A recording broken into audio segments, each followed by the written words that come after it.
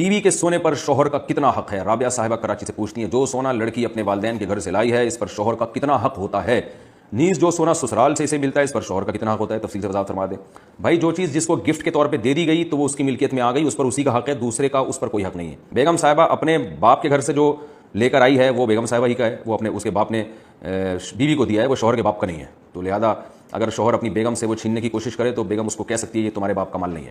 تو اسی طرح جو سسرال والے بیوی کو دے دیتے ہیں سونا تو اس میں عرف دیکھا جائے گا. جن علاقوں میں یہ رواج ہو کہ گفٹ کے طور پہ دیا جاتا ہے ان میں تو سسرال والوں کا حق ختم ہو گیا، انہوں نے گفٹ دے دیا.